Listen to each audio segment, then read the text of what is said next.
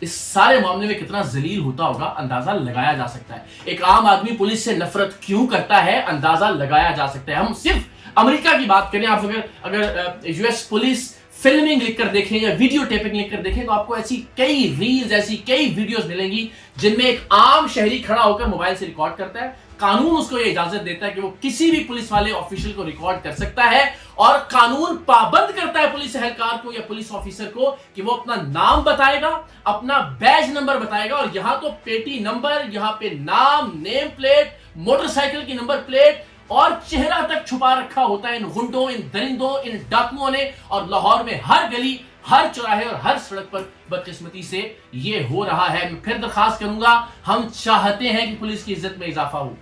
ہم چاہتے ہیں کہ پولیس مزید مضبوط ہو. یہی وہ محکمہ ہے جس نے میری اور میرے بچوں کی حفاظت کرنی ہے, لیکن اس طرح سے غنڈہ گردی کی اجازت نہیں دی جا سکتی. صرف ایسے ٹائمز نے ہی اس سے پہلے بار بار اس ایشو کو ہائی لائٹ نہیں کیا. ہمارے بہت ہی پیارے دوست علی حمزہ, ان کی جانب سے بھی یہ پروگرام کیا گیا, اور بہت سارے صحافیوں نے اس طرح کے پروگرامز کیے کہ جن میں یہ نقاب پوش ڈاکو پولیس والے انہیں جب بے نقاب کرتے ہیں, ان سے سوال کرتے ہیں تو یہ مار پیٹ پر اتر آتے ہیں, ماں بہن کی گندی گالیاں دیتے ہیں, اور اب نوبت اس سے آگے آ گئی کہ اب یہ اغوا کر لیتے ہیں, ناک کی ہڈیاں توڑتے ہیں اور جوتے تک چٹواتے ہیں. تو میں پھر دست بستہ درخواست کروں گا تمام ارباب اختیار سے, بالخصوص پولیس آفیشل سے, افسران سے, کہ خدا کے واسطے پولیس کا امیج اگر تبدیل کرنا ہے تو ان ناکوں کو روکیے. مجھے ذرا آخری بار یاد کر کے بتائیے کہ یہ جو جگہ جگہ ہم نے ناکے لگا رکھے ہوتے ہیں لوگوں کو ذلیل کرنے کے لیے, لوگوں کی فیملیز کو ذلیل کرنے کے لیے, اور وہ بھی چہرے چھپا کر,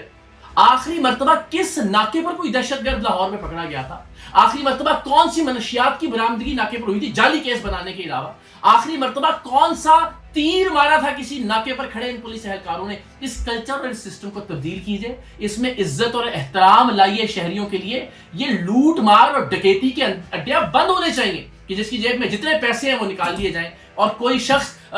آگے جا نہ سکے اس ناکے سے جب تک ان رشوت خور پولیس اہلکاروں کو, ان ڈاکوؤں کے منہ بند نہ کرے. ہم سب چاہتے ہیں کہ پولیس کا محکمہ مضبوط ہو, پولیس کا احترام بڑھے, پولیس کی وردی کا احترام کرتے ہیں, لیکن وردی میں ملبوس ان غنڈوں, ان ڈکیتوں, ان ڈاکوؤں کا احترام نہیں کیا جا سکتا. نہ صرف یہ کہ ان کا احترام نہیں کیا جا سکتا, ان بدبختوں کی وجہ سے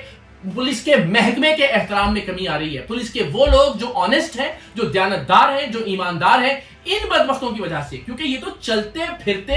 پبلسٹی بورڈ ہے جو کہ نیگیٹو پبلسٹی کر رہے ہیں پولیس کی. آپ لاکھوں کروڑوں اربوں روپے لگا دیجئے پولیس کا امیج تبدیل کرنے میں. ہر گلی, ہر سڑک, ہر چوراہے پر موجود یہ ڈکیت جب تک نہیں چاہیں گے, جب تک ان کا راستہ نہیں روکیں گے, جب تک ان کے رشوت کھانے والے منہ آپ بند نہیں کریں گے, جب تک ان کی بربریت اور درندگی کو آپ نہیں روکیں گے, تب تک پولیس کا امیج ٹھیک نہیں ہو سکتا. اور اگین یہ کوئی فائدہ نہیں دے رہے, نہ نظام کو, نہ شہریوں کو, نہ شہر کی حفاظت میں کوئی ان کا کنٹریبیوشن ہے. کسی بھی طرح سے یہ ناکے کارآمد ثابت نہیں ہو رہے ہیں, اور اگر آپ نے ناکے لگانے تو خدا کے واسطے اس کے لیے کچھ اصول و ضوابط, کچھ قواعد نافذ کیجئے. یا نہیں ہو سکتا کہ اپنا منہ چھپا کر, منہ پر نقاب لگا کر, منہ پر ماسک چڑھا کر, اپنی نیم پلیٹ ہٹا کر, اپنے موٹر سائیکل کی نمبر پلیٹ ہٹا کر کوئی بھی دو پولیس والے ڈاکو کہیں کھڑے ہو جائیں اور آنے جانے والوں سے لوٹ مار کرتے رہیں. اگر یہ ہوگا تو ہم صحافی ایسے ہی آواز بلند کرتے رہیں گے اور بار بار آپ کو یاد دلائیں گے کہ یہ بربریت بند ہونی چاہیے. میں ایک بار پھر درخواست کرتا ہوں پولیس آفیشل سے, پولیس افسران سے,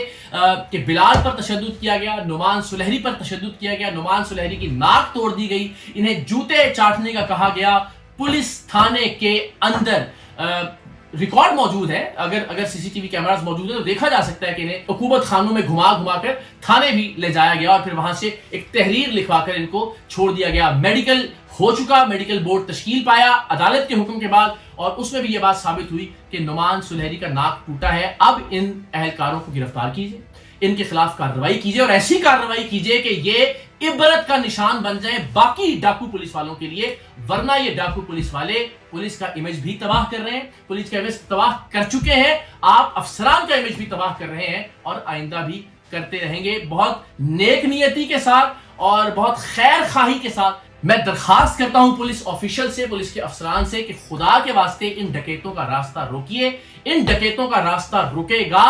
تب کہیں جا کر عوام پولیس سے محبت کرنا شروع کرے گی. آپ سب سے درخواست ہے, پولیس کا امیج اربوں کھربوں روپے لگا کر تبدیل نہیں ہوگا, چند بنیادی پالیسیز کو تبدیل کرنے سے پولیس کا امیج بہتر ہوگا. اور ہم تہے دل سے, صدقے دل سے یہ چاہتے ہیں کہ پاکستان میں پولیس کا امیج بہتر ہو اور یہ محکمہ ایک مضبوط محکمے کے طور پر ابھرے، لیکن لوگوں پر اپنی فرعونیت جھاڑ کر نہیں، لوگوں کے ساتھ ظلم اور بربریت کر کے نہیں، ان سے اچھا سلوک روا رکھ کر، ان کے ساتھ انصاف کے ساتھ معاملات کر کے، انشاءاللہ۔